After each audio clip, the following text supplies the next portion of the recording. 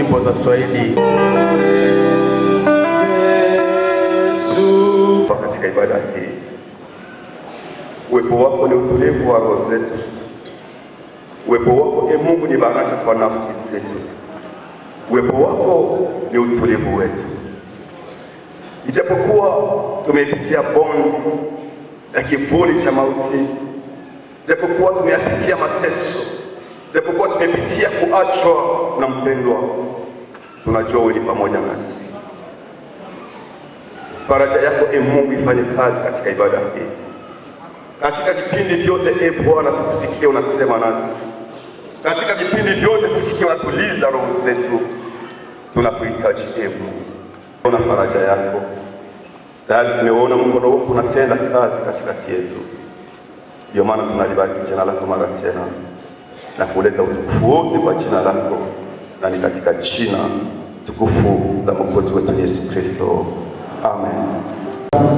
Ndugu, rafiki, majirani, ni katika jina la Yesu Kristo. Amen. Et le Dieu de toute consolation console les membres de famille, les amis et connaissances au nom de Jésus.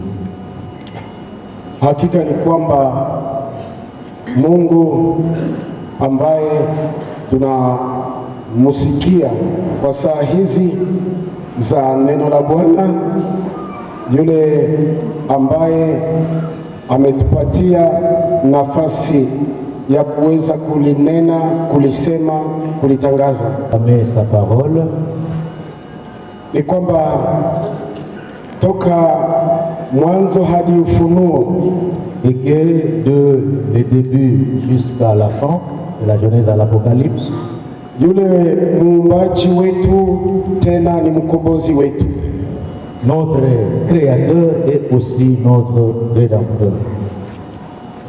Ujumbe mkubwa wa Biblia ni wokovu wetu. Le grand message de la Bible, c'est notre salut. Okolewe ni Mungu wetu. Celui qui veut que tout soit sauvé, c'est l'Éternel, notre Dieu.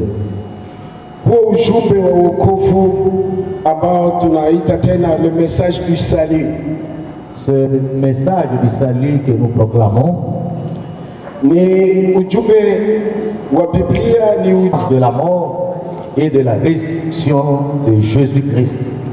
Huo ujumbe wa wokovu umefungwa na hiyo neno salut, neno sauvetage. Ce message est conclu dans le mot salut, sauvetage. Tafsiri nyingine ni Kutoka, Exode. L'autre traduction du mot salut, c'est l'Exode. Kutoka yenyewe ni kutoka dans le péché. Hiyo picha ya kutoka ambayo iko ndani ya Agano la Kale, cette image de l'Exode qui est dans l'Ancien Testament, ambayo inatimilika katika Yesu Kristo, qui est accomplie en Jésus-Christ. Yesu anayetutosha katika dhambi, kuokoa. Il a payé un prix pour nous sauver. Wakati alipolipa bei ya ukombozi wetu, et quand il a payé le prix de rédemption, bei yenyewe ilikuwa kubwa sana. Ce prix est tellement grand, kiasi kile jusqu'à ce que utapona namna gani usipojali wokovu mkubwa namna huu? Et comment tu peux échapper si tu négliges un si grand salut? Wokovu ni mkubwa, le salut est grand. Ukiuzarau utapata hukumu kubwa. Si tu le négliges, tu seras grandement Mwokozi mkubwa, avec une puissance très grande pour sauver, na uwezo wa ajabu wa kuokoa, avec un grand prix pour sauver, na bei ya kubwa kusudi aokoe. Fait de ce salut un salut non négligeable. Uifanye wokovu huu kuwa kitu cha kutozarau. C'est ce qui est écrit en Hébreux chapitre 2 verset 3. Ile neno tunaipata ndani ya kitabu ya Waebrania sura ile shahiri ya 3. Comment échapperons-nous? Namna gani tutapona? En négligeant un salut. Le salut annoncé d'abord par le Seigneur.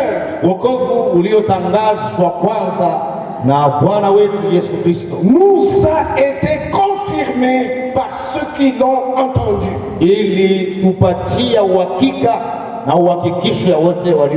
Dieu appuyant leur témoignage par des signes de prodiges selon sa volonté.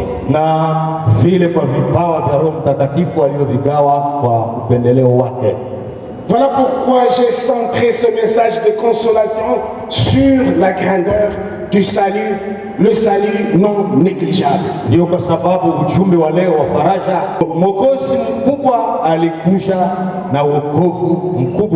Il sauve parfaitement. Il sauve définitivement. Il sauve pour toujours. Voilà pourquoi c'est un grand salut. Il est tellement grand. Le Sauveur est tellement grand. Jésus-Christ. Plus que Moïse. Plus qu'Abraham. Plus que Mahomet. Plus que Bouddha. Il est plus que tous les prophètes. C'est lui de toute éternité jusqu'à l'éternité. C'est un grand sauveur. C'est un grand sauveur. Les grands sauveurs Jésus. Il n'y a pas de salut par qui que ce soit. Il n'y a de salut à aucun autre. Quel autre nom ne nous a été donné? Il nous a été donné un seul nom. Quel est ce nom? Jésus. Quel est ce nom?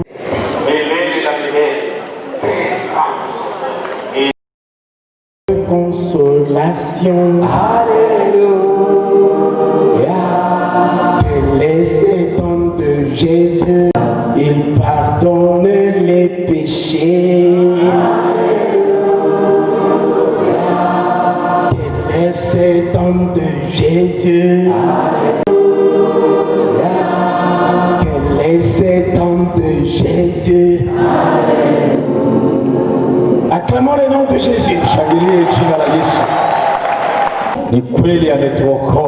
Premièrement, il nous sauve des péchés.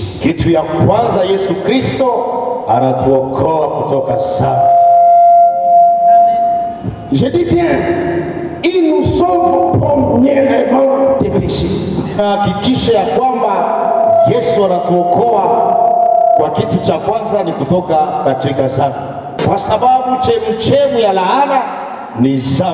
Parce que le chemin de l'enfer, c'est le péché. Parce que la nation est humiliée par le péché. Le péché, c'est la honte du peuple. Mais la justice élève une nation.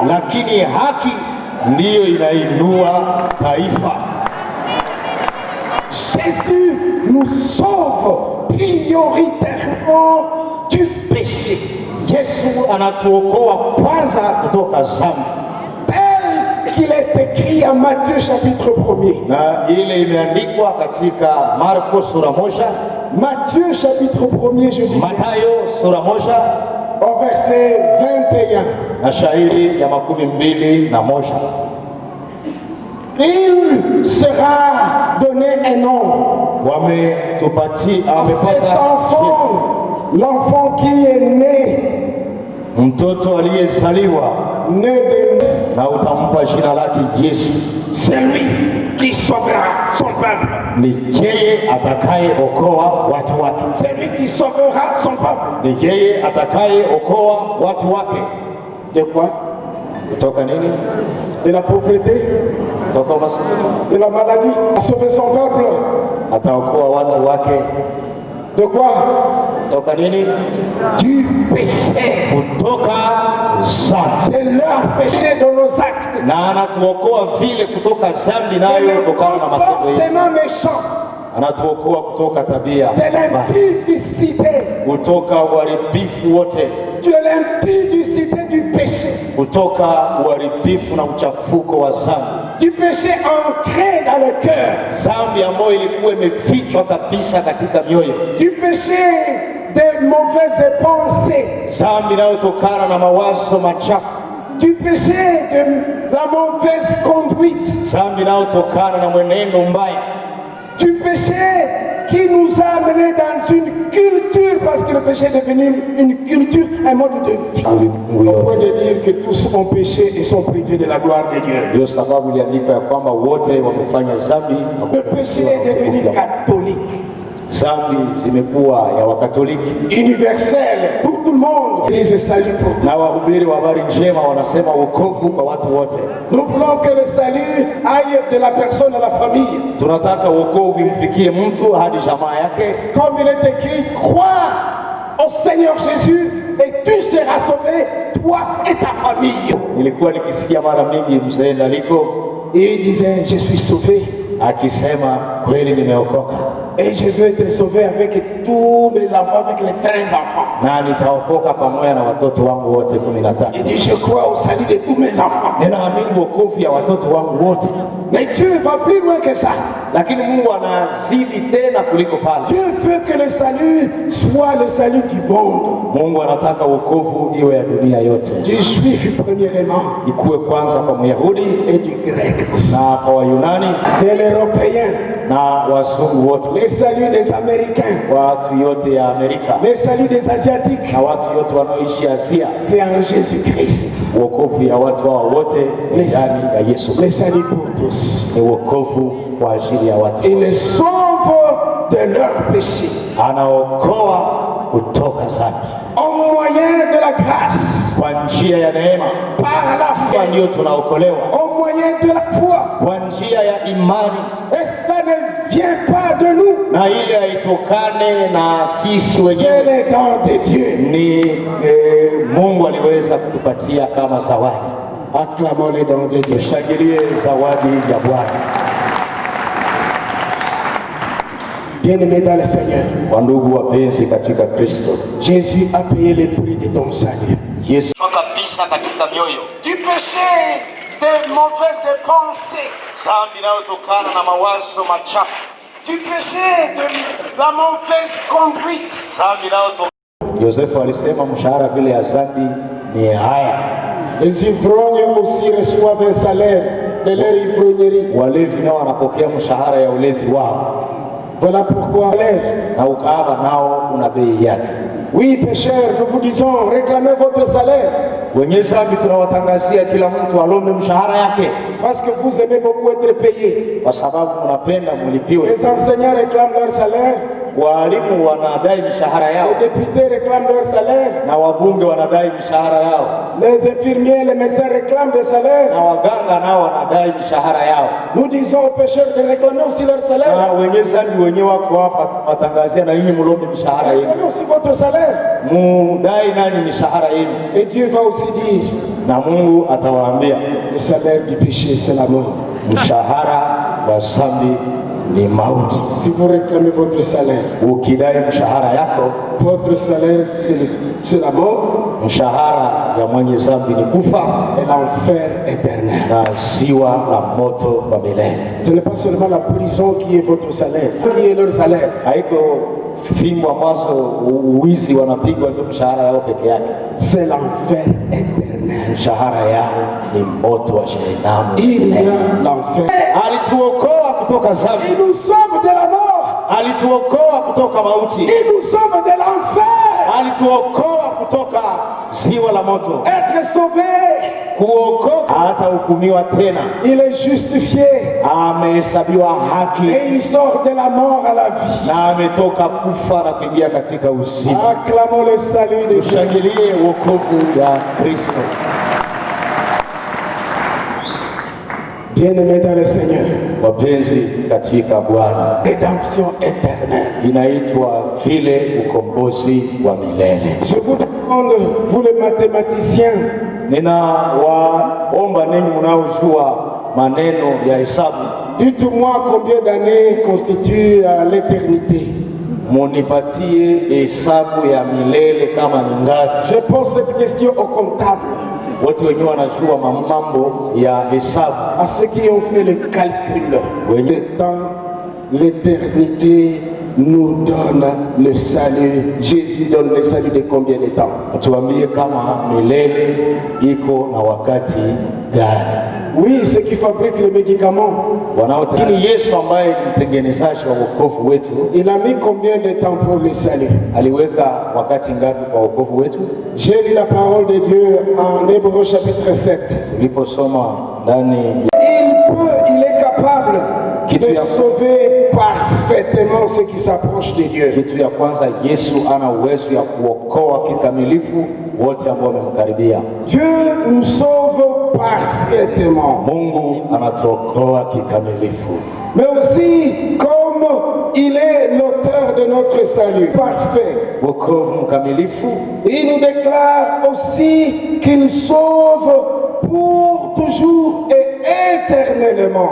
na anatutangazia kwamba anatuokoa kwa milele kabisa. Voilà pourquoi il y a l'assurance du salut. Na ile natuma tunakuwa na uhakika ya wokovu wetu. J'aime beaucoup parler du salut, de l'assurance du salut. Ninapenda sana kuzungumzia wokovu na uhakika ya wokovu. Nous avons beaucoup chanté cela. Tuliimba ile kwa muda mingi. J'ai l'assurance de mon salut par la présence du Seigneur Jésus. Son sang du péché m'a racheté. Son Saint-Esprit m'a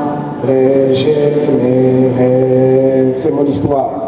C'est mon sauveur, les jours durant. Ceux qui croient, Alifanyika kwa wote wanaomwamini na kumtii, l'auteur d'un salut éternel. mtengenezaji wa wokovu ya milele. Voilà ce qui est écrit en Hébreux 5:9. Ni ile ndio imeandikwa ndani ya Waebrania sura 5 shairi ya 9. Qui circule dans nos milieux. Wokovu ya watu wanaotembea ndani ya mazingira yetu De la grâce à bon marché. ni neema ya bei chini kabisa. C'est un salut de courte durée. Ni wokovu ya muda kidogo. Vous entendrez quelqu'un dire j'étais vraiment sauvé, Nasikia mtu akisema kweli nilikuwa nimeokoka, j'ai été tenté, lakini nilijaribiwa je suis tombé. nikaanguka. Facilement, il va faire un long témoignage dans ce sens. Entre même à l'église, Nikawa mtumishi wa Mungu, devenir même serviteur de Dieu. nilitumikia Mungu miaka 10, J'ai servi Dieu pendant 10 ans. lakini sasa nikajaribiwa, Et après, je suis tenté. nikakutana shetani. J'ai rencontré Satan. Unajua ulimwengu iko nguvu, En tout cas, vous savez, le monde est trop difficile. basi nikaanguka. Et je suis tombé. Ninakuja tena kutengeneza na mrudilia Mungu wangu. Alors, un mois de ce Tena témoignage, nakuja na kusema tena nilitoka nikajaribiwa encore il lui revient en disant que j'ai été encore de Satan. na mapepo, Et les démons aussi. nikaibwa zamu, En tout cas, j'ai été. tena nimemkosea Mungu wangu. Et après, Wachungaji j'ai nakuja compris. muniombee Cher serviteur, je viens te nipate prier tena wokovu. pour que je puisse trouver de nouveau le salut. C'est un salut à bon marché, Wokovu ya bei c'est un chini salut kabisa. fragile. Wokovu ya bei chini, un salut fragile, un salut incapable de résister aux épreuves et aux tentations, wokovu ina nguvu kuliko vyombo ya kujenga nayo un manyumba. salut fabriqué par le sang de Jésus, Ni wokovu uliotengenezwa na damu ya Yesu, un salut fabriqué par l'œuvre de la croix et de la résurrection, wokovu iliyotengenezwa na kazi ya msalaba na ya ufufuko wa Kristo. Mchungaji mwema il garde ce qu'il a fabriqué, anachunga wote aliowaokoa, il veille sur son troupeau,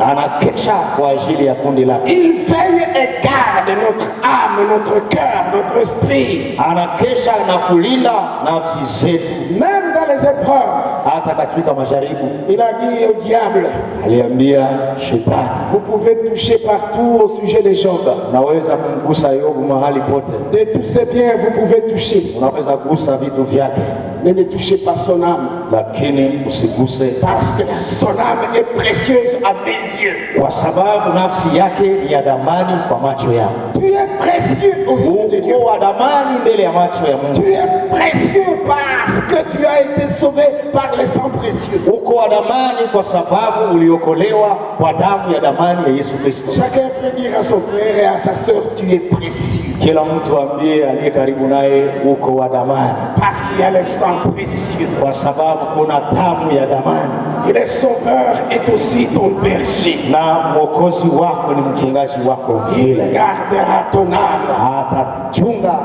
Il nafsi yake, veille sur sa richesse. anakesha kwa utajiri wake, Il n'expose pas sa richesse hawezi kuachilia utajiri wake à l'ennemi, au diable. ili adui aweze kujibu.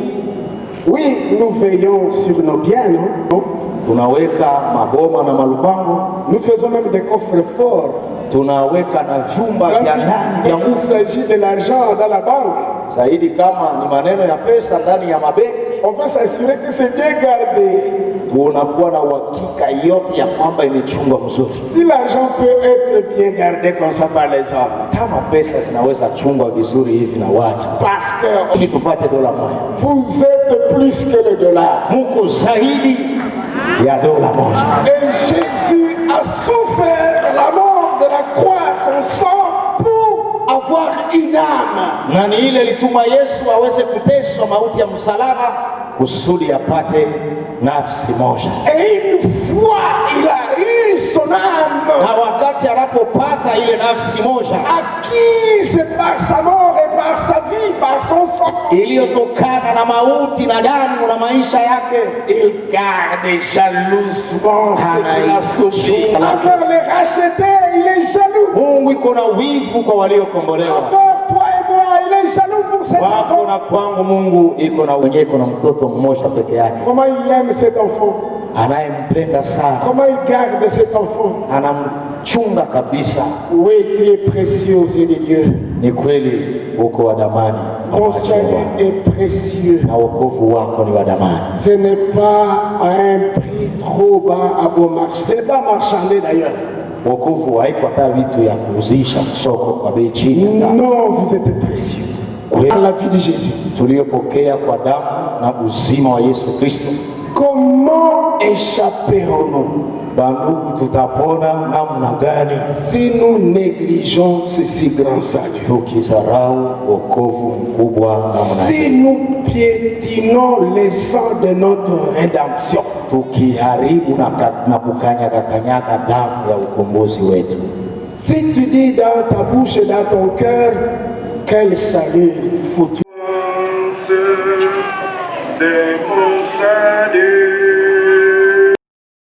Damu ya Yesu peke yake. Ah, laisse-les. Aba maneno ya Laisse-les wokovu, passer avec leur salut, avec leur sang. acha wapite na maneno ya wokovu yao na damu yao. Négligez le salut. Usarau wokovu C'est plus que violer la loi de Moïse. ni mkubwa kuliko kuvunja sheria ya Musa, Parce que ceux qui ont violé la loi de Moïse, kwa sababu wote waliovunja sheria ya Musa ils ont été lapidés sans pitié waliweza kuwaua kwa mawe, sur la déposition de 2 ou de 3 témoins. lakini wakisha kupata ushuhuda ya watu wawili, À combien plus forte raison, na kwa sababu ya ile, si vous piétinez mtu akizarau le plus grand que Moïse, le plus grand que la loi, aliye mkubwa kuliko Musa na sheria,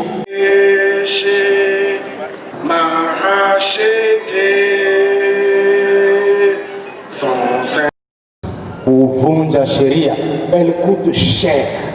kutokutii Désobéir à la loi, ça coûte cher.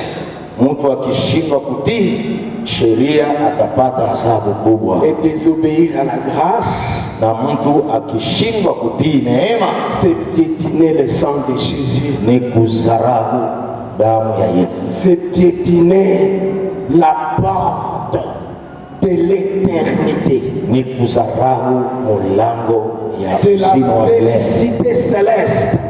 ni kudharau mulango ya C'est raha ya Mungu, fermer la porte du ciel ni kujifungia mlango wa mbingu et ouvrir la porte à l'enfer. Louez mon sauveur les jours durant. Waamini wanachungwa na hukumu À ya ceux milele. qui ne se laissent pas convaincre, Wote wengine hawataki kukubali, ceux qui disent vous ne m'avez pas convaincu, wote wengine wanasema tukame, jusque-là hawasadikisha. je ne me laisserai pas convaincre. Mgenezaji wa wokovu ya milele. Voilà ce qui est écrit en Hébreux 5:9.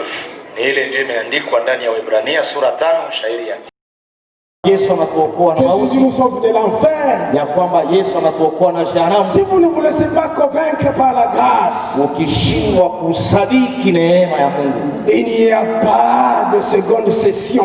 hakuna asubuhi kwa wote wanaodharau neema. Vous n'aurez pas de seconde chance. Hakuna neema mara ya pili kwa wote wanaodharau. Parce que Jésus ya bei chini kabisa. C'est un salut de courte durée.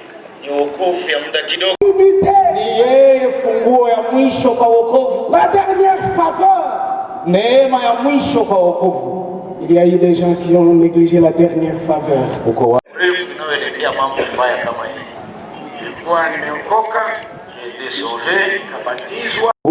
Il a dit c'est ma dernière chance. Alisema hii iko neema yangu Il ya a mwisho. seulement dit Jésus, souviens-toi de moi. Akasema Yesu usinisahau, Et Jésus a dit aujourd'hui, na Yesu tu akamhakikishia seras avec moi dans le paradis. leo utakuwa pamoja nami katika paradiso. L'autre n'a pas pensé que c'était la dernière minute. Mwingine hakujua ya kwamba ilikuwa neema ya mwisho, À la dernière minute, hakujua hivi, il est resté incrédule à la dernière minute. alibakia na kutokuamini mpaka kwa neema ya Il a mwisho. dit s'il a sauvé les autres, qu'il nous sauve.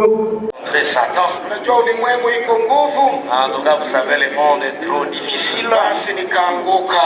Et je suis tombé. Ninakuja tena kutengeneza na mrudilia Mungu wangu. Alors je viens encore réparer, je reviens encore à Dieu de nouveau. Nyuma tena ya mwezi mmoja, Après un mois de ce témoignage, Kanyagia tendo ya À la dernière minute, kwa neema ya mwisho, et le ciel était fermé pour lui. na mbingu zikafungwa kabisa Il kwake, est mort dans ses péchés. na alikufa katika dhambi zake. Si vous êtes né dans le péché, Kama ulizaliwa ndani ya dhambi, s'il vous plaît, ne mourrez pas dans vos péchés. tunawasihi usikufe ndani ya dhambi zako.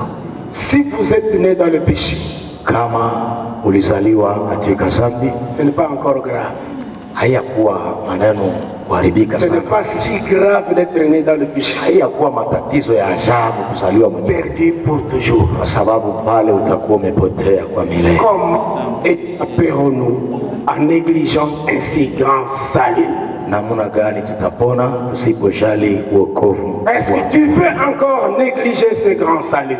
Eske na kwa sasa unataka tena udharau wokovu hii? Est-ce que tu veux encore dire personne ne peut être sauvé tant qu'il est dans la chair? Unataka tena sema maneno ya kwamba mtu haiwezekani kuokoka na ungali ndani ya Tu mwili? veux encore dire que personne ne peut être saint en étant dans la chair? Jésus n'est pas fragile. wokovu ya Kristo si ya bei chini. C'est un salut solide. Ni wokovu inayo nguvu zote. C'est plus qu'un Saint Paul. Unakubali ya kwamba kuna mtakatifu Paulo? Pourquoi ne pas aussi mettre ton nom? Parce que Jésus le Sauveur c'est celui qui sanctifie. Kwa sababu gani na wewe usiweke jina yako kwa watakatifu, na ni Kristo ndiye anatakasa watu? Il sauve et il sanctifie. Yesu anaokoa na anatakasa. Celui qui déclare que désormais tu es juste. Wokovu iliyotengenezwa na kazi ya msalaba na ya ufufuko wa Kristo. Un salut fabriqué par Dieu lui-même. Wokovu uliotengenezwa na Mungu mwenyewe. Et quand vous recevez ce salut, Mchungaji mwema, il garde ce qu'il a fabriqué. anachunga wote aliowaokoa. Il veille sur son troupeau. Anachunga, anakesha kwa ajili ya kundi lake. Il veille et garde notre âme, notre cœur, notre esprit. Anakesha na kulinda nafsi zetu, Même dans les épreuves. hata katika Mtakatifu nyuma ya kufa kwake, Il est saint pendant son vivant.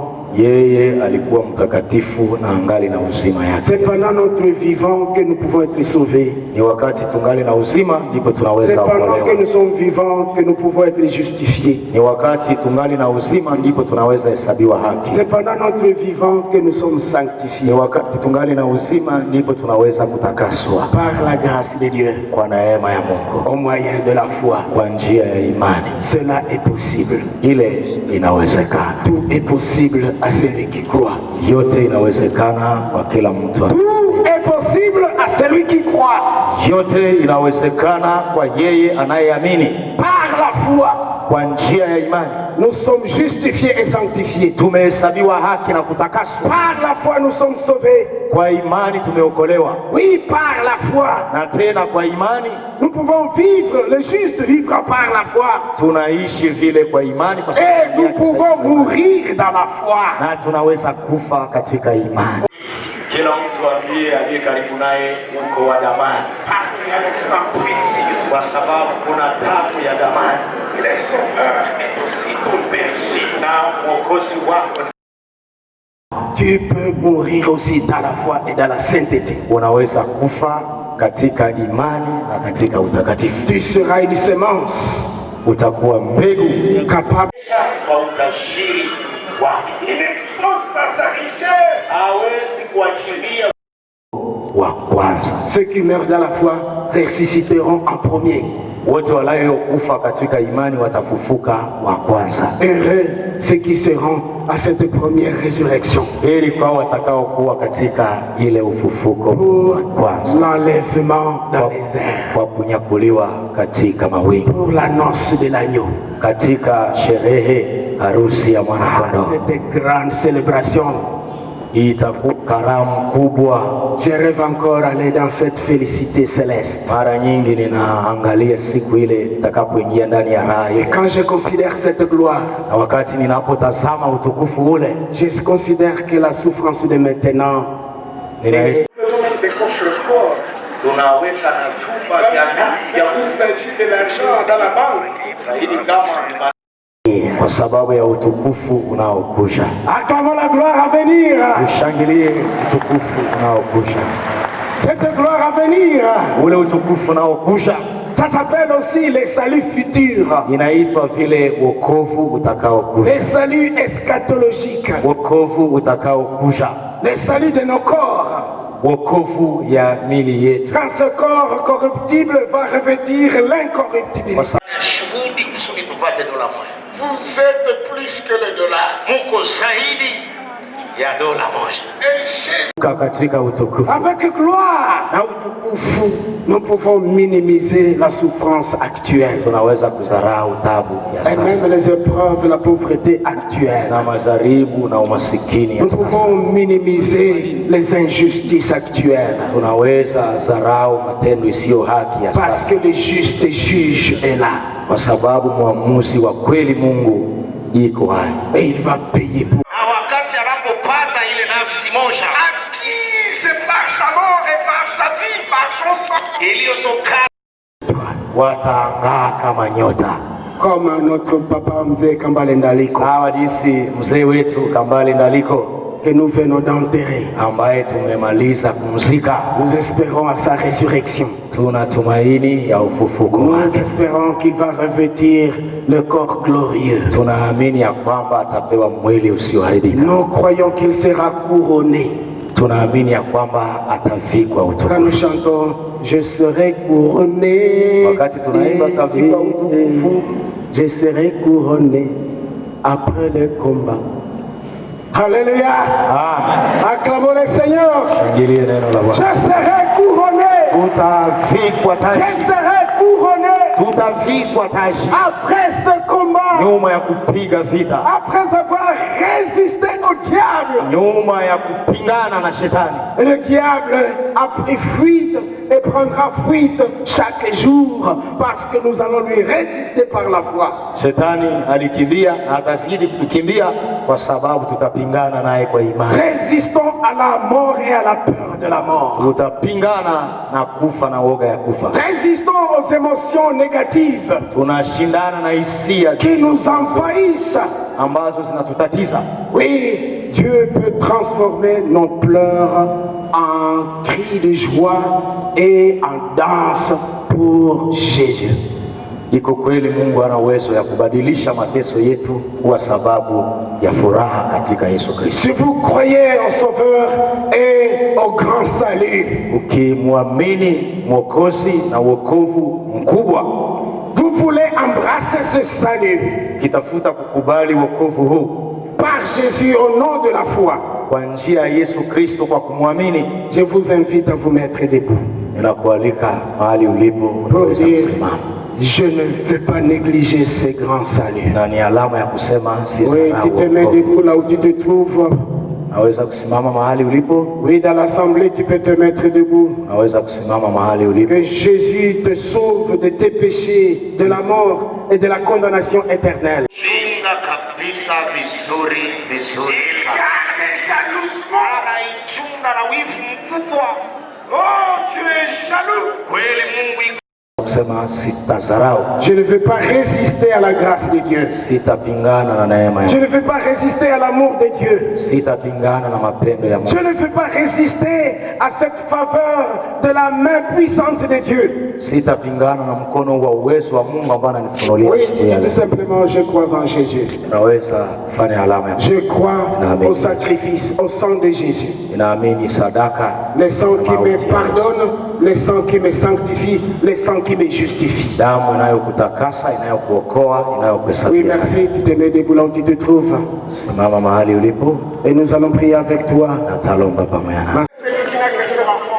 kwanza mtu mwenyewe kuna mtoto mmoja mbele yake anayempenda sana. Lui ou celle à qui le Seigneur n'impute plus les péchés. Wana heri watu ambao Bwana hawahesabu tena dhambi, Ceux qui vivent en Christ et qui Voilà. meurent dans le Seigneur. wanaoishi katika Yesu na kukufa ndani yake, Ceux qui disent pour moi vivre c'est le Christ et la mort m'est un gain. wanaosema kuishi kwangu ni faida na kufa vile. Oui, tu te mets debout s'il te plaît. Simama Que basi vous soyez dehors, que vous soyez au temple et de partout où vous êtes. mahali pote unapokuwa, ndani ya hekalu au nje ya hekalu. Jésus Naweza. vous accueille, Jésus t'accueille, Jésus te pardonne, Jésus te sanctifie. Yesu anakukubali, Yesu anakusamehe, Yesu anakutakasa. Et je vais encore dire, sois consolé. Na ninataka tena kukuhakikishia, pata faraja ya Bwana. Nous allons prier ensemble. Tuombe pamoja.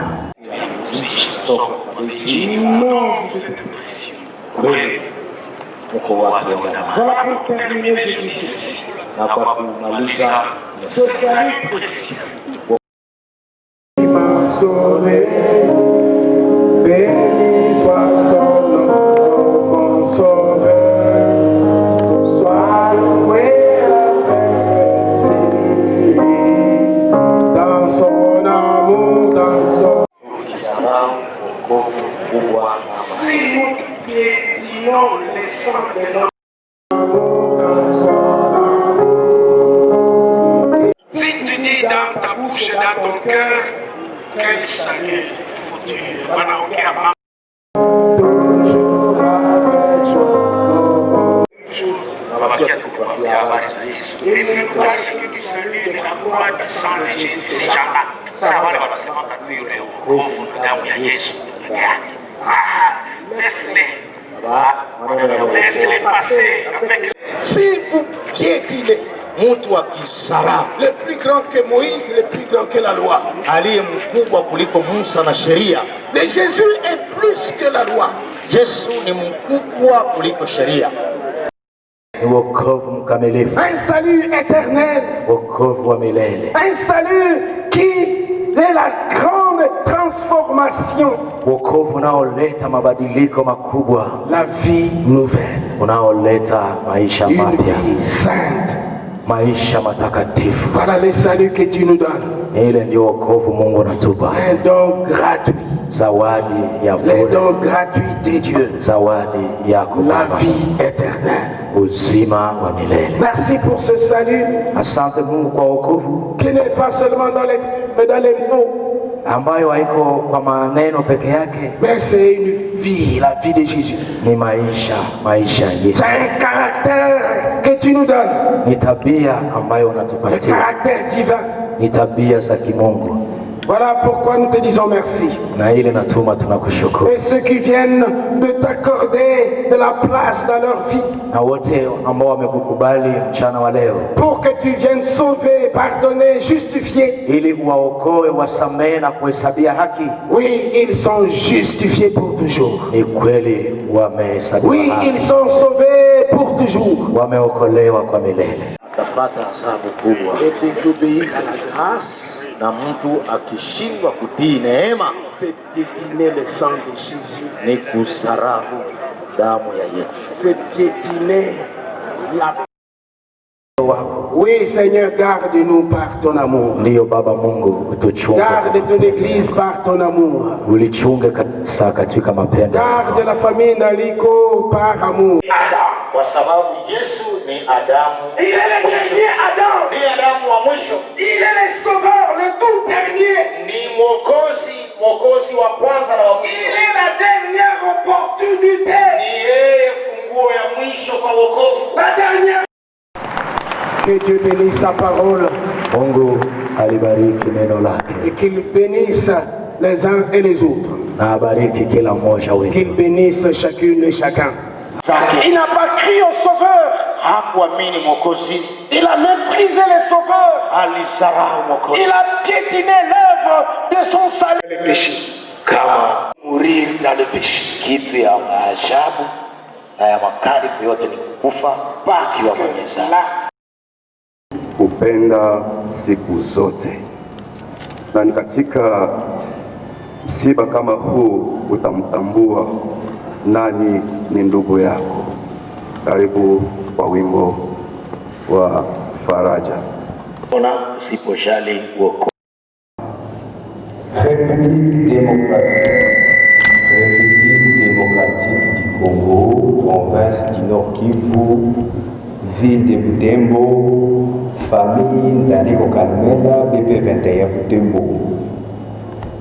Mort des circonstances des enfants biologiques de papa Kambale Ndaliko, ses fils, beaux-fils, ses filles, belles-filles. À l'occasion des obsèques de papa Kambale Ndaliko Kalmela Timothée, Excellences, Mesdames, Messieurs, il a vraiment plu à l'Éternel Dieu, le Tout-Puissant, Maître de l'univers, Maître des temps et des circonstances, de reprendre effectivement notre cher, tendre et inoubliable Papa Kambale Ndaliko Kalmela Timothée. Ce qui a mis un point final sur sa vie et sa carrière de serviteur de Dieu dans ce monde de vivants, à l'instar de Moïse, selon Josué chapitre 1. Notre conviction est que Papa Ndaliko Kalmela a accompli la mission que l'Éternel Dieu lui a confiée. Il peut être sauvé tant qu'il est dans la chair. Unataka tena sema maneno ya kwamba mtu hawezekani nous a effectivement quittés depuis samedi 16 janvier 2021 par la volonté de l'Éternel, dont il a été vaillant serviteur. En effet, nous n'avons pas de termes appropriés pour bien articuler la description de sa personnalité. Il s'agit ici d'un exercice de la constitution d'une gigantesque, riche et intéressante bibliothèque sauvetage formée par des rayons essentiellement tricolores d'arc-en-ciel, dont le premier volet spirituel. Papa Ndaliko Kalmela a connu le Seigneur Jésus-Christ et sa vie chrétienne nous a marqués par son humilité, sa simplicité, son amour, sa gentillesse. Alors que nous vous ouvrez l'évangile selon Saint Matthieu. Na ijapokuwa tuliwafungulia Injili inayoandikwa na Mathayo.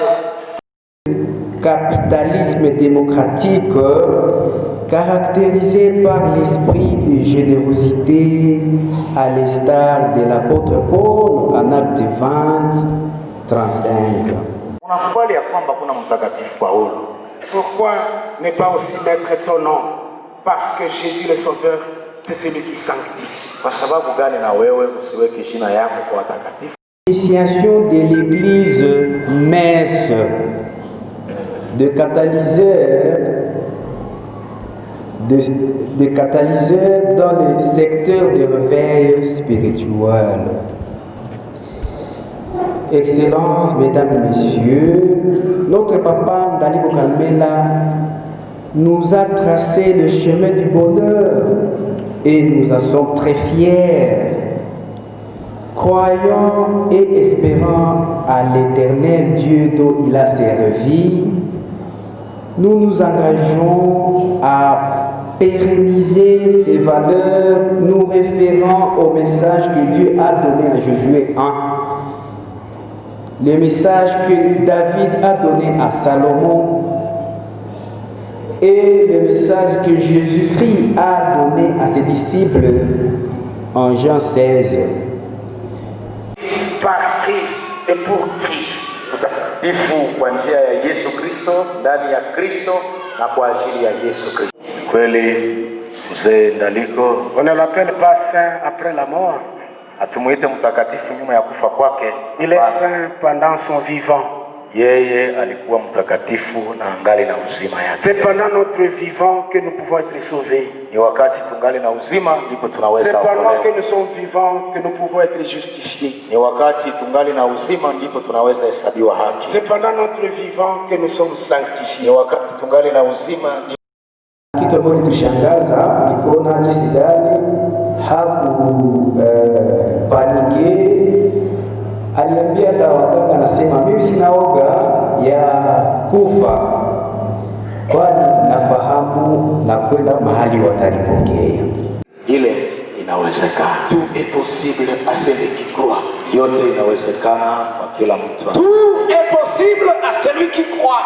Yote inawezekana kwa yeye anayeamini. Par la foi, Kwa njia ya imani nous sommes justifiés et sanctifiés. tumehesabiwa haki na kutakaswa. Par la foi, nous sommes sauvés. Kwa imani tumeokolewa. Dans le péché, heureux ceux qui meurent dans le Seigneur. Heri kwa wanaokufa Ceux qui katika Bwana. meurent dans la Wachache ambao tutaita hapa watakuwa wametuwakilisha sisi sote, sababu najua kila mtu iko na neno ambayo angeweza sema kuhusu baba pastor wetu Kambale Ndaliko Timothy. Na kabla niwaite watu ambao tuliandika, tuna washukuru nyote ambao mlikuja, mumeonyesha mapendo yenu kwa mzee, na tunaleta pia excuse kwa watu wa serikali ambao wangelipenda tuwe watu wachache, lakini hatukuweza. Umati huu ni somo dans la foi. Tuna wingu kubwa ya washuhuda waliokufa katika imani. Tu peux aussi vivre dans la foi et dans la sainteté. Unaweza vile ishi katika imani na utakatifu jusqu'à la mort, mpaka kufa kwako. Yenye naweza kutoa, capable de revenir, de réapparaître, yenye naweza kuonekana tena na kuzaa pour la première résurrection, kwa ufufuko wa Timothée 2:4 qui dit: ce que Dieu veut est que tous les hommes soient sauvés et parviennent à la connaissance de la vérité. Sherehe harusi ya mwanakondoo, cette grande célébration, Notre profession demeure l'objet. ile itakapoingia ndani ya raha. et quand je considère cette gloire, Wakati Au message prêché par le grand-père des serviteurs de Dieu, Ndaliko Carmel. Enfin, les grand-pères inahesabu ya kwamba la mateso mort sasa d'aujourd'hui,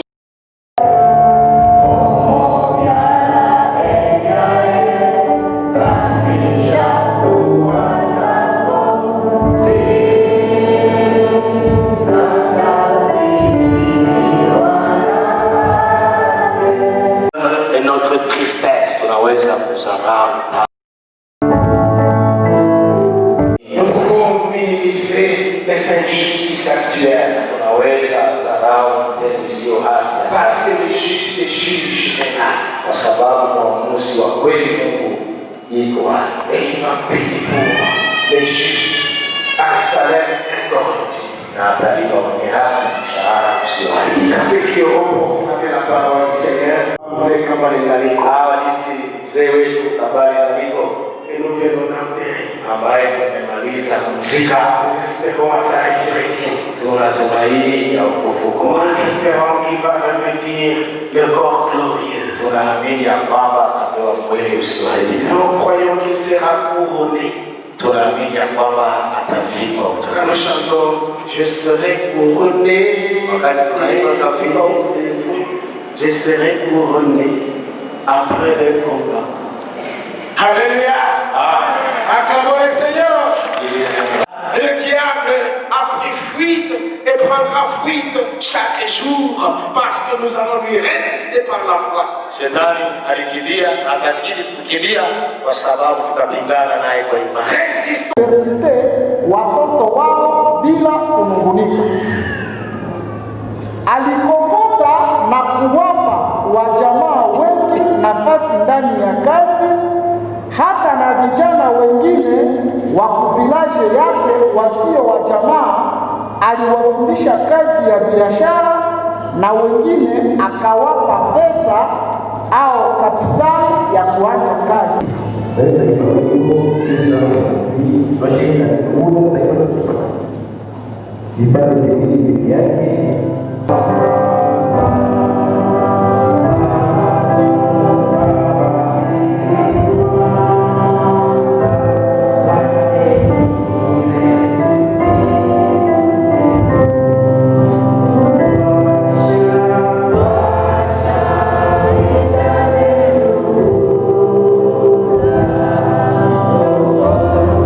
Makanisa CPCR tunahitaji tuweze kusimama. CEPAC, wachungaji na watumishi mbalimbali walio hapa waweze kuinua mikono yao juu mbali. Hii ni muda ya kuweza kuweka maombi kwa Mungu, tukihitaji faraja ya cha kutenga jamaa kipate kushindwa kwa jina la Yesu. Tunahitaji familia hii ya mzee Ndaliko ipate tena kibali ya kufuata nyayo za mzee, kama wameimba, kama vile wamekiri kwa vinywa vyao. Basi tuinue mikono yetu juu na tupate kuomba. Tunaelekeza maombi yetu kwako Baba, katika jina la Yesu. Ulisema tukiomba, tukipatana kwa kitu chochote tutapewa. Maombi yetu kwanza ni faraja, ili Mungu wetu wa faraja yote fariji familia ambayo imeachwa na baba na tatale Ndaliko Timotheo Kalmela. Mungu mwenye upendo, unganisha tena, zidisha umoja na upendo wa ndugu katika familia. Aliwapenda watu wote, alipenda familia yake, alipenda pia watu waliowaunganisha watu na makanisa mengi. Aliwatendea mema, haiko tu wale walio wa familia yake, aliwatendea mema kanisa la Meza, aliwatendea mema. Amekufa angali anasema, matendo yake yangali kumbukumbu ndani ya mioyo yetu, ndio mema. Tena Bwana, tunaomba usalama wa familia hii, kila kitu yote ya fujo tunaikataa kwa jina la Yesu. Kila kitu ya kuwa familia hii, linda watoto, linda wajukuu. Ninakuomba Mungu ili kwamba wapate kuendelea, wasitawi, wapate kusitawi katika mambo yote, wasitawi kiafya, wasitawi kiroho, wasitawi kibiashara, wapate kusitawi. Tunaomba prosperite atule baba mzee Kalmela alivyopinga zambi, maana aliyezaliwa na Mungu hatendi zambi. Acha zambi isipate nafasi katika familia hii, acha shetani asipate nafasi, fanyike katika familia hii. Yesu Kristo, amen. Tushangilie Bwana kwa makofi. Tunawasihi mpate kukaa na kurudi mahali ambapo mmekuwa mkikaa.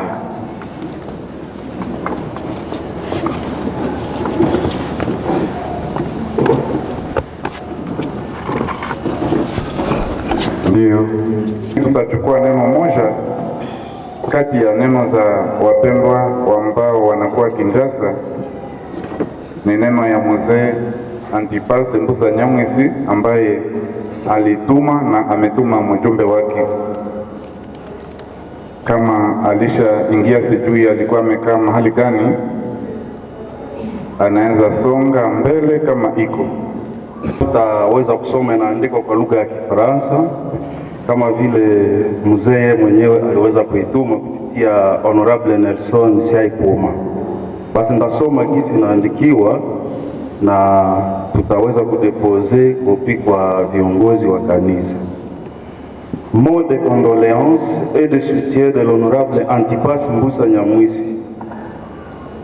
J'ai été consterné en apprenant le décès de Papa Kambale Ndaliko Kalmela à l'hôpital Matanda le 16 janvier 2021.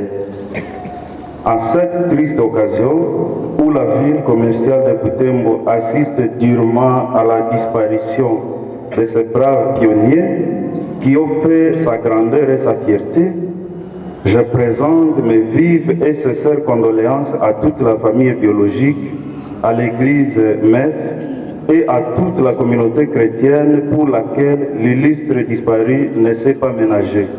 Ceux de ma génération se rappelleront de la bibliothèque Sauvetage qui, dans les années 75, 80, 90, a inlassablement contribué à la formation de la jeunesse.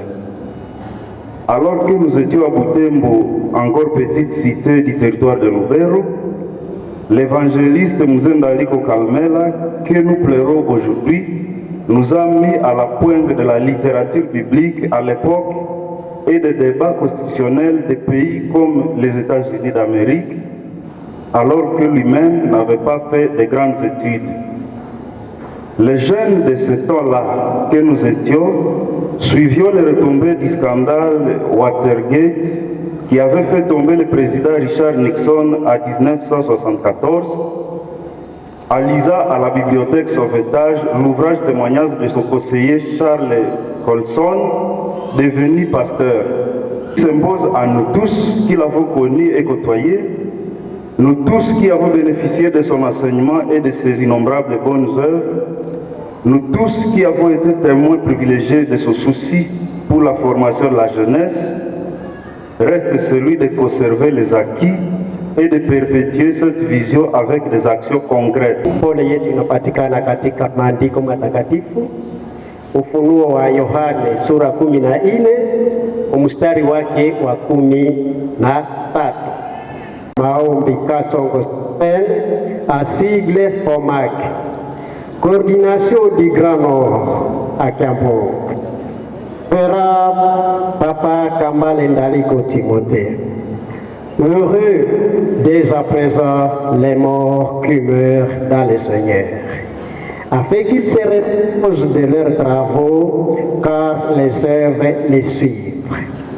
Heureux à vous, Papa, pour la concrétisation de ces passages bibliques de l'Apocalypse 14 au 13e verset, particulièrement à sa famille biologique, à la communauté de la mission évangélique et sauvetage en général.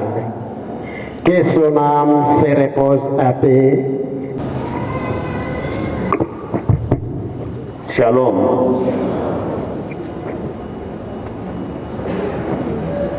Fédération des entreprises du Congo. À l'occasion de l'inhumation de l'opérateur économique Kambale Ndaliko Timothée, décédé à Butembo le samedi 16 janvier 2021. C'est avec une profonde consternation que nous avons reçu le samedi 16 janvier 2021 à la fête la triste nouvelle de la disparition brusque de l'opérateur économique et évangéliste Kambale Ndaliko Timothée. Cette douloureuse occasion pour rendre ce dernier hommage à l'illustre disparu qui est parmi les vétérans du commerce de la région qui ont prouvé leur esprit d'entrepreneuriat apprenant la relève des expatriés qui jadis exerçaient les activités économiques dans notre juridiction. Aujourd'hui, un opérateur économique hors du commun qui a utilisé sa richesse non seulement pour l'intérêt de sa famille, mais pour aussi et surtout pour l'intérêt du salut des âmes en investissant des milliers de dollars dans l'implantation de la bibliothèque chrétienne dans plusieurs villes de l'Est de la République démocratique du Congo. Angélique pour le sauvetage, qui compte aujourd'hui plusieurs fidèles chrétiens de la communauté au cours de l'Assemblée générale des membres de la fête tenue à date du 15 septembre 2020 dans le nouveau immeuble de notre fédération situé sur rue Julien Paluku Kahongia, ainsi qu'à toutes les délégations venues de partout pour combattre avec nous à ce malheur. Adieu Papa Ndaliko, que ton âme repose à paix dans le royaume céleste. Nous vous remercions.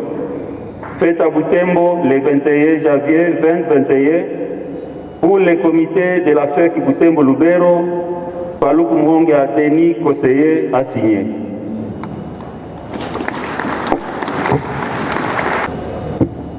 Asante na tunakaribisha delegasio ya SEDEKA, tunawaachia nafasi katika ibada ya mafariji ya tarehe 21 mwezi wa kwanza 2021 kufatana pour le sauvetage.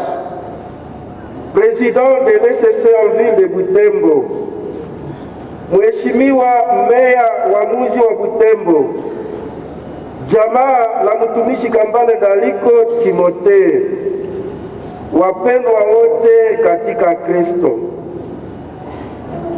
kwa niaba ya Communauté Baptiste au Centre de l'Afrique, Na kwa jina langu mimi mwenyewe ninawasalimu ninyi nyote na kuwatakia faraja ya Mwenyezi Mungu katika hali hii ngumu ya kuachwa na mpendwa wetu Kambale Ndaliko Timothée, kwa jina maarufu Kalumela.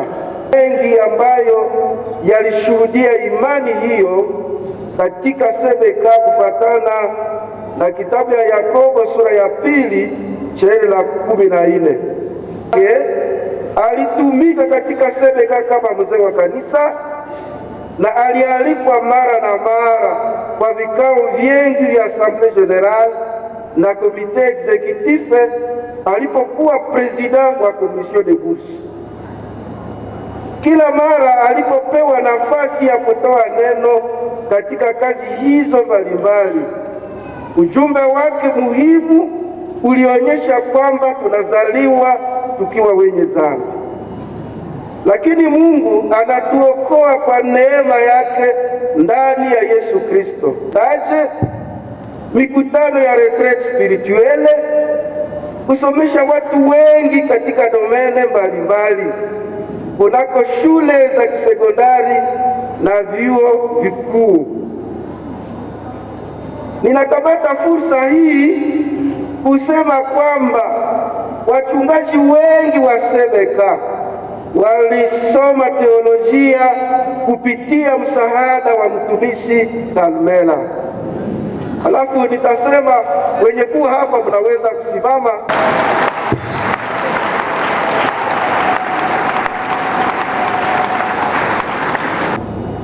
Kwa kanisa la Mese na Wakristo wa Sebeka na wote wanaohuzunishwa na tukio hili, tutaendelea kuwachukua katika maombi ili Mungu awape faraja ya kudumu.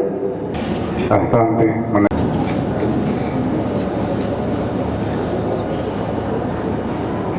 Tunatoa pole tena, pole kwa jamaa na kwa kanisa lote, mwili wa Kristo. De la synergie des églises de réveil et églises indépendantes de Butembo, à l'occasion des funérailles de son Excellence l'évangéliste, l'homme dont, je cite, Dr Kambale Ndaliko Kalumela. Chers frères et sœurs en Christ, nous sommes tous là aujourd'hui, les familles, les amis, collègues et ceux qui ont suffisamment connu l'illustre disparu nation. Nous, Église de réveil, pour rendre hommage à l'illustre disparu, l'homme dont, pour le bon accomplissement de son ministère. Tunamkaribisha représentant légal wa Mission Évangélique pour le Sauvetage ambaye atakuwa na neno mbili. Ni neno ambalo ni la shukrani. Shukrani tumeshinikiza nao baba yetu initiateur tunaona hapa kitu cha kwanza, Mission Évangélique pour le Sauvetage ambayo iko na ruhusa ya serikali, ambayo ilikuwa resulta hii salama ni resulta ya ushirika pamoja na watoto pamoja na wa familia wa papa mzee Kambale Ndaliko. Shirika Mission Évangélique pour le Sauvetage nasema félicitations kwa familia ya mzee Ndaliko. Tunashukuru SCC, tunashukuru makanisa yote ya Reveil ambayo wameshirikiana nasi, tunasema tena asante. Kuna wale ambao mara nyingine hatukuwataja majina zao na siwezi kuwasahau, walisema ninaposimama kusema nisikose kuwataja. iko representation legale ya CCL. Nahitaji wapate pia kusimama wachungaji kutoka Church on the Rock aliyoihubiri. Sisi matunda ya kazi aliyoifanya, matunda ya upendo wake na wema wake, hatutakosa kusema asante, na tunaahidi mbele za Mungu na mbele za serikali na mbele za viongozi wa makanisa ya STC, makanisa ya Reveil, makanisa independent, tunaahidi kubaki waaminifu kwa Injili. Tunaahidi kuweza kuendelesha kazi ambayo mzee ameiacha mikononi mwetu. Comme qui dirait, les hommes passent et les institutions restent.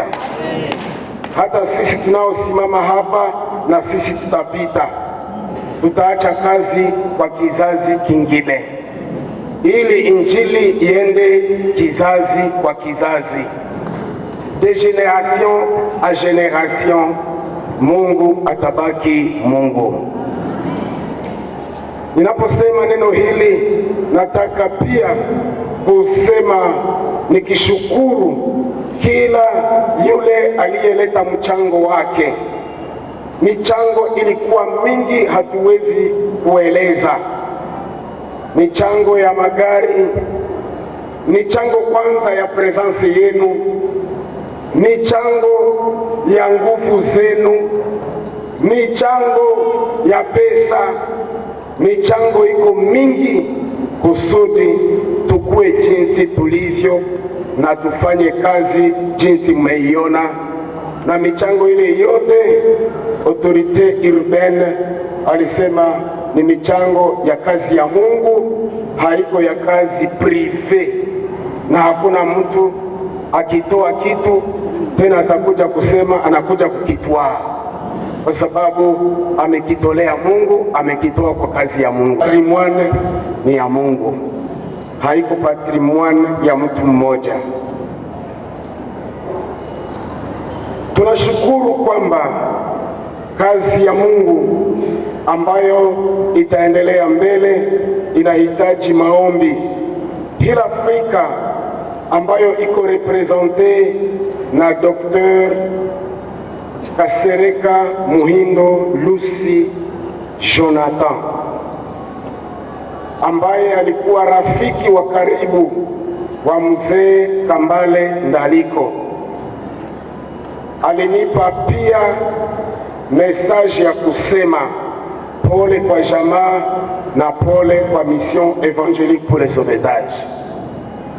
Mzee Kasereka Muhindo Lucy Jonathan, ambaye ni mwanzilishi ambaye ni representant ya Hill Africa, mimi niliye representant ya Mission Evangelique pour le Sauvetage, tena nikuwe aumônier principal ya Mission Evangelique pour le Hill Africa. Hivi mimi ni mchungaji na aumônier wa Hill Africa. Ilikuwa kwa ushirika na wa upendo na kuonyesha ya kwamba baba yetu Injilisti Kambale Ndaliko hana ubaguzi, hana frontiere ya kanisa na hana frontiere ya organisation.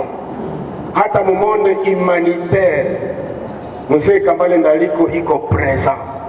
C'est vraiment un humanitaire. Neno kutoka Hill Africa ni kusema asante sana kwa huo ushirika wa Mission Evangelique pour le Sauvetage pamoja na maorganisation humanitaire. Najiinscrire katika hiyo vision missionnaire, non seulement ya implantation des églises, lakini pia katika vision ya kuinitie maœuvre sociale na kuweza kuzi-encourager pour le bien-être holistique de l'homme, de tout homme et de tout l'homme. Pahali pote yameanzishwa katika mastation zote. Mahali mzee Ndaliko alikuwa na vision mkubwa ya kuendelesha jubilei. Reve yake ilikuwa nyumba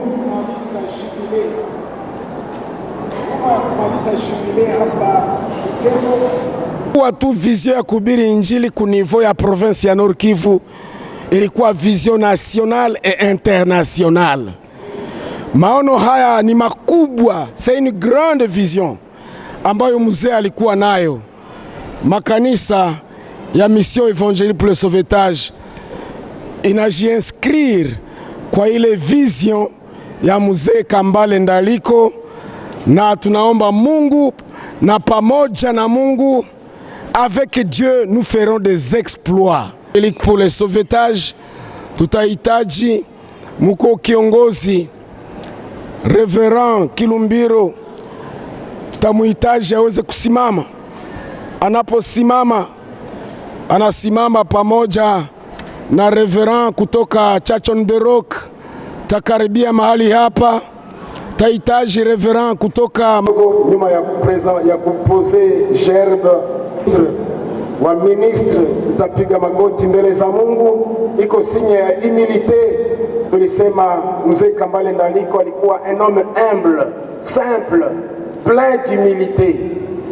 Taweza kusema Bwana Mungu, pamoja na wewe yote yawezekana. Pendo wote, Mungu wa rehema yote, tulipokuwa tumekufa katika dhambi, ulipata njia ya kutupatanisha na wewe kupitia mwana wako mpendwa Yesu Kristo. Ya des fois tunapitia kambali sie bapelere, sababu mtu isisema vile imo de circonstance. Tunifurahia sababu tulipewa na hatukuwa na waza tunaweza ipokea. Me vraiment félicitations sana.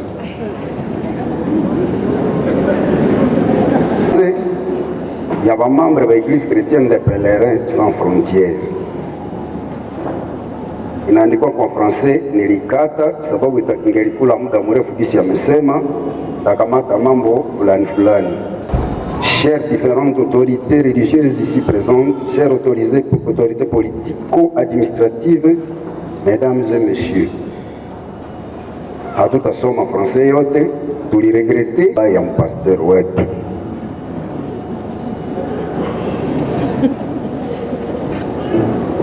Ametuelezea maisha yake siku nyingi na kwa nini aliweza kupenda maneno ya dini.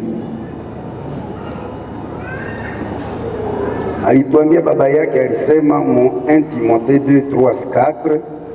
Isi wengine walisema ya kwamba baba yake alisema Mungu anataka kila mtu aokolewe na apate kujua kweli. Hatutasoma ile verset tena kuisoma kwa urefu. Yani olie tu regrete, tuna comprendre parce que hakuna mwana pasho ishi na hata kufa. Kitu ingine inasemeka Job 14:14, si un homme meurt, revivra-t-il? Kama mtu anakufa ataishi tena? Yesu analeta jibu Jean 5:28-29. Ne vous étonnez pas de cela, car l'heure vient où tous ceux qui sont dans le sépulcre entendront sa voix et sortiront. C'est la sagesse de David qui prend tout son sens ici. Notre Père est mort, nous irons vers lui, mais lui ne reviendra pas vers nous. Daudi alisemaka ile wakati mtoto yake alipaka nini, alikufa. Psalm 119 verse nionyeshaka kitu kimoya, na kitu chache linishangazaka kuyeye, hakusomaka masomo mingi. Mimi najiulizaka question, angelisoma masomo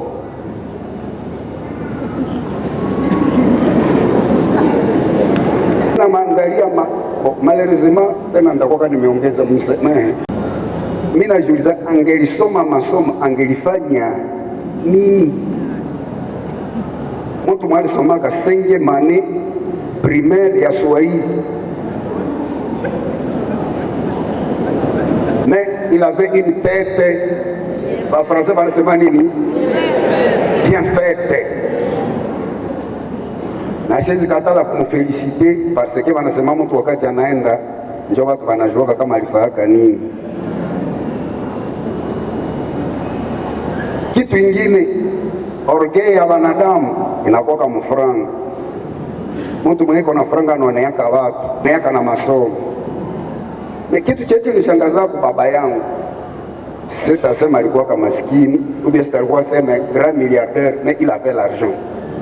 Alikuwa patron. Lorsque niliishi naye, nilishangalaka kuona gisi orgueil nyenge ilikuwa nayo hakukuwa nayo.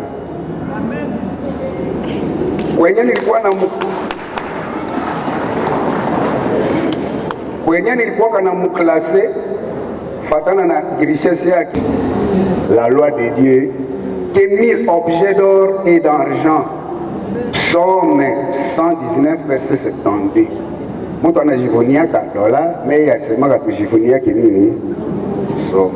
Ni vya kueleza na hatutavieleza. Acte 26, 24 à 25, ile tutisoma msomaji kati anakamata pesa anazidepense kumakuko vitu vya kisomo.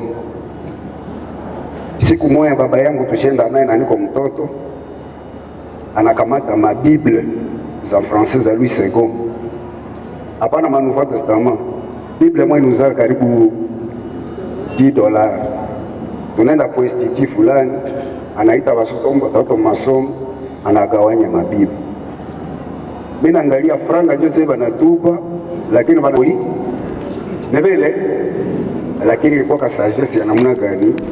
Oui, Paul anasema ce sont des choses, ce ne sont pas des choses de folie, mais ce sont des paroles de sagesse et de bon sens. Donc, nilienda kustadia baba anatatuambia ukitaka kuwa mtu wa sagesse na wa bon sens, mnanisikia? Ufataki nini? Biblia. Cha mwisho alionyesha kake usikwake mtu mmoja wekaka makolere ya babake Chipiti. Usikwake mtu wa kuweka makolere na uisi esperake upata returi ya kufanyiwa chizuri sababu lichependa.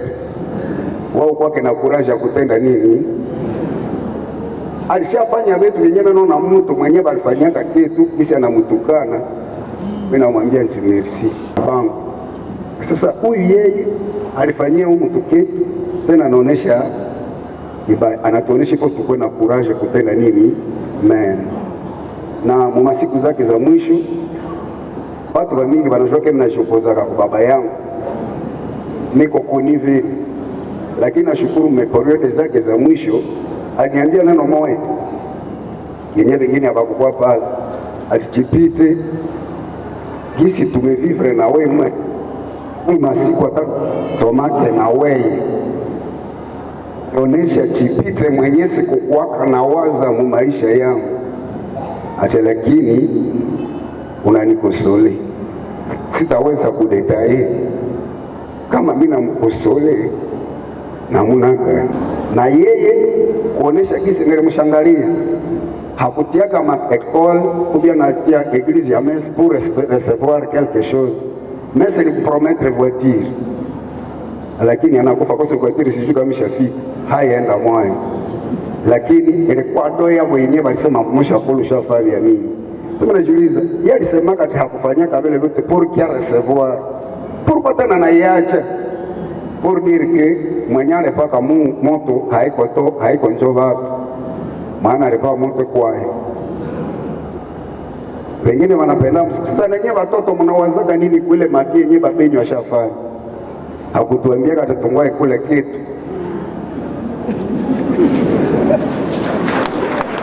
Tunalepewa. Alifundishaka na chetu chimoya anasema kila mtu ashikazi. Atikuneza kuwa na nyumba hapa Butembo. Lakini usikosake place wapi? Mungu awabariki.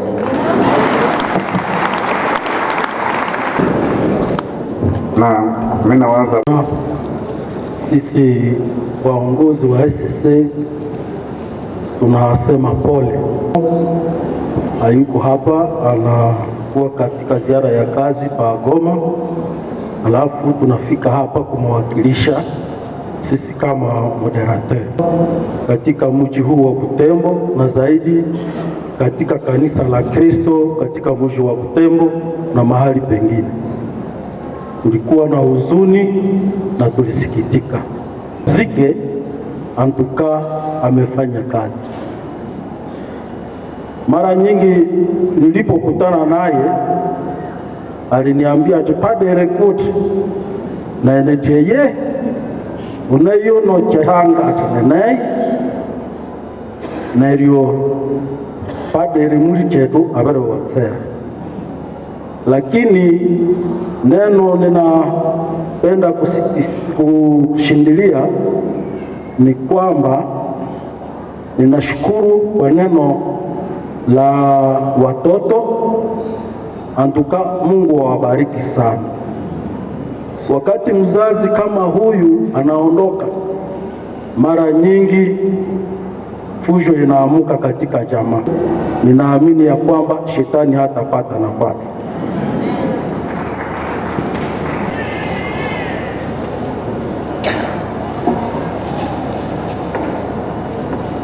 asante.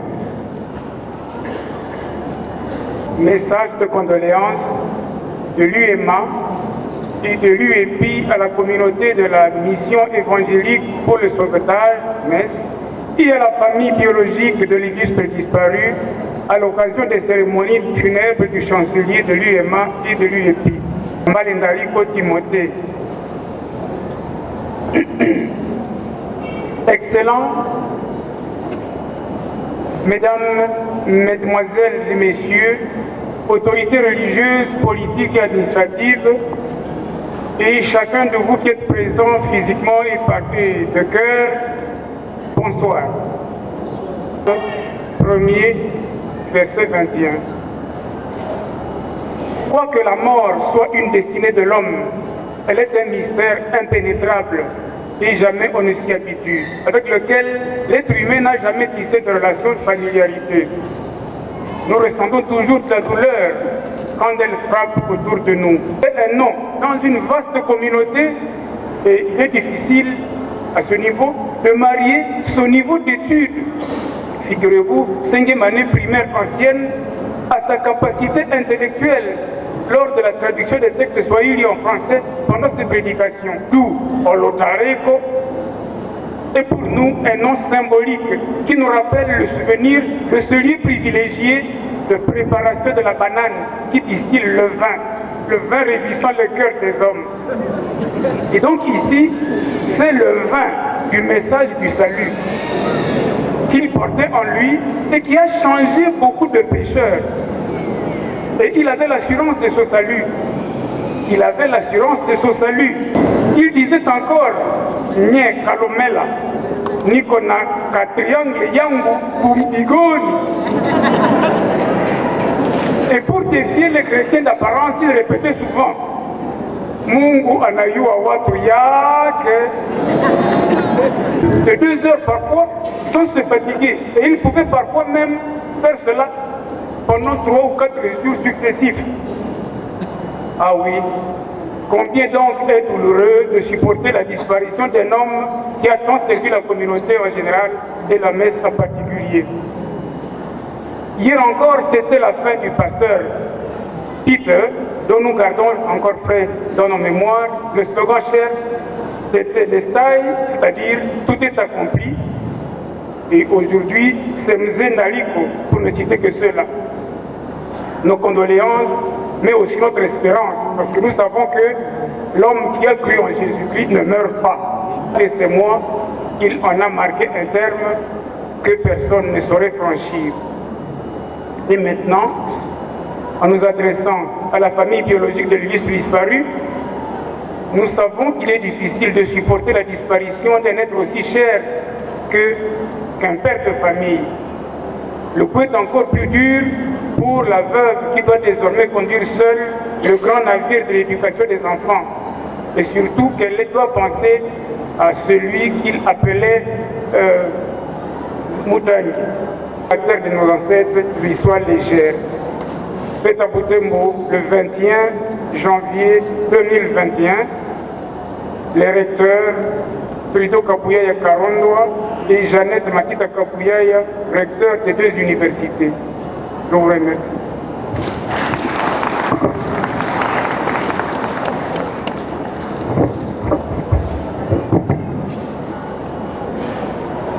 Merci beaucoup pour votre mot. Na mimi naprofite kwa mmoja wa waongozi wa IEMA ambako waetudia wanasomea teoloji ambayo imeforme bapasteri wengi.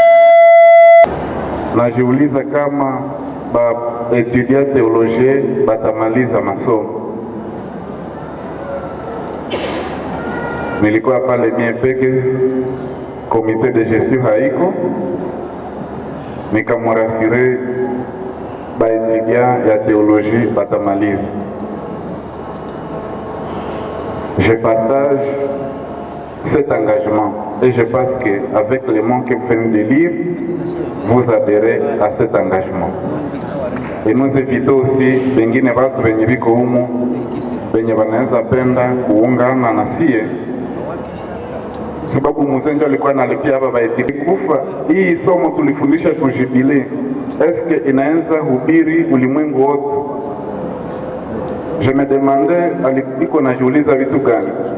Ilikuwa siku ya pili, nikamletea telefoni yangu akafata ku YouTube. Nilikuwa nimetuma tu predication mbili, ya la semaine ya jubile na ya siku ya pili.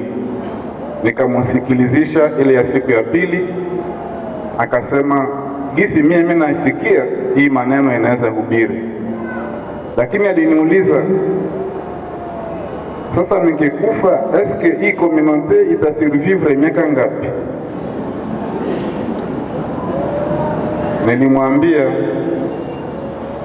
kama uliweza kuimaintenir anini wewe peke, tunaomba watu 3 ama ngapi venye viko fidele kuweye, haizuru communauté yote venye wameshajiorozesha, lakini 2 ou 3 personnes venye watakuwa fidele kwa maneno yako wataendelesha misio yenye ulikuwa nayo.